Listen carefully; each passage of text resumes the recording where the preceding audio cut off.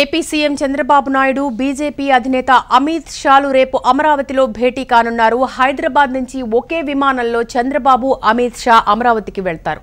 BJP TDP మధ్య gap పెరుగుతున్న తరుణంలో చంద్రబాబు అమిత్ షా భేటీకి ప్రాధాన్యత సంతరించుకుంది. పూర్తి సమాచారం మా ప్రతినిధి మునిరాజ్ అందిస్తారు. మునిరాజ్, ఇద్దరు అంటే అమిత్ షా పర్యటన ఇప్పుడు కొంత ప్రాధాన్యత సంతరించుకుంది. క్షేత్రస్థాయిలో పార్టీని బలోపేతం చేయడానికి తెలంగాణలో ఆయన పర్యటిస్తున్నారు. ఇక చంద్రబాబు అమిత్ షా ఇద్దరు కలవడం అంటే ఈ భేటీకి కొంత ఇంపార్టెన్స్ ఉందనే చెప్పాలి. సో ఈ భేటీకి సంబంధించిన పూర్తి వివరాలు ఏంటి?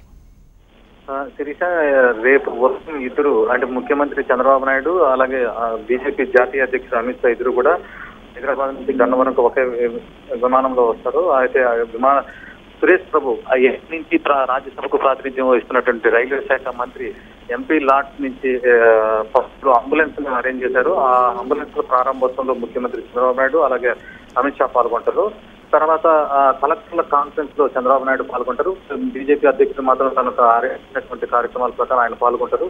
అయితే ఉండవల్లిలోని సీఎం నివాసంలో మధ్యాహ్నం 1:15 ఇద్దరు లంచ్ భేటీకి అమిత్ షా, ముఖ్యమంత్రి చంద్రబాబు నాయుడు అలాగే వెంకయ్య నాయుడు, రాష్ట్ర బీజేపీ అధ్యక్షుడు హరిబాబుతో సహా సీనియర్ బీజేపీ నేతలంతా కూడా ఈ లంచ్ కి చంద్రబాబు నాయుడు ఇంటికి నివాసానికి చేరుకొని రాష్ట్రంలో ఇరు పార్టీల మధ్య ఎదురవుతున్నటువంటి గ్యాప్ ను పూడ్చుకునే ప్రయత్నం మీద ప్రధానంగా చర్చించే అవకాశం ఉంది.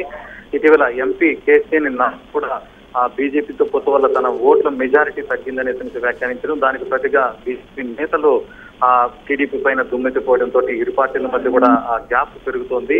అలాగే అమిత్ షా కూడా గత కొద్ది కాలం కిందట ఏపీలో బీజేపీతో తెలంగాణలో బీజేపీ టీడీపీతో పొత్తు ఉండదనే స్పష్టం చేసిన నేపథ్యంలో దీని మీద కూడా ప్రధానంగా చర్చించే అవకాశం ఉంది. ప్రధానంగా ఏపీలో బీజేపీ పొత్తు కొనసాగుతుందా లేదా అనే దాని మీద ఇరు పార్టీలు కూడా కొంత సమయంతో పాటిస్తున్నాయి. ఎందుకంటే ఇటీవల ప్రధాన ప్రతిపక్ష నేత జగన్ మోడీతో భేటీ తర్వాత పైన టీడీపీ నేతలు కొంత దుర్రుగా ఉన్నారు.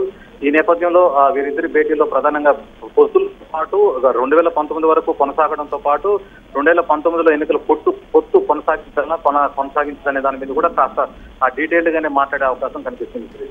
Right, thank you Muniraj.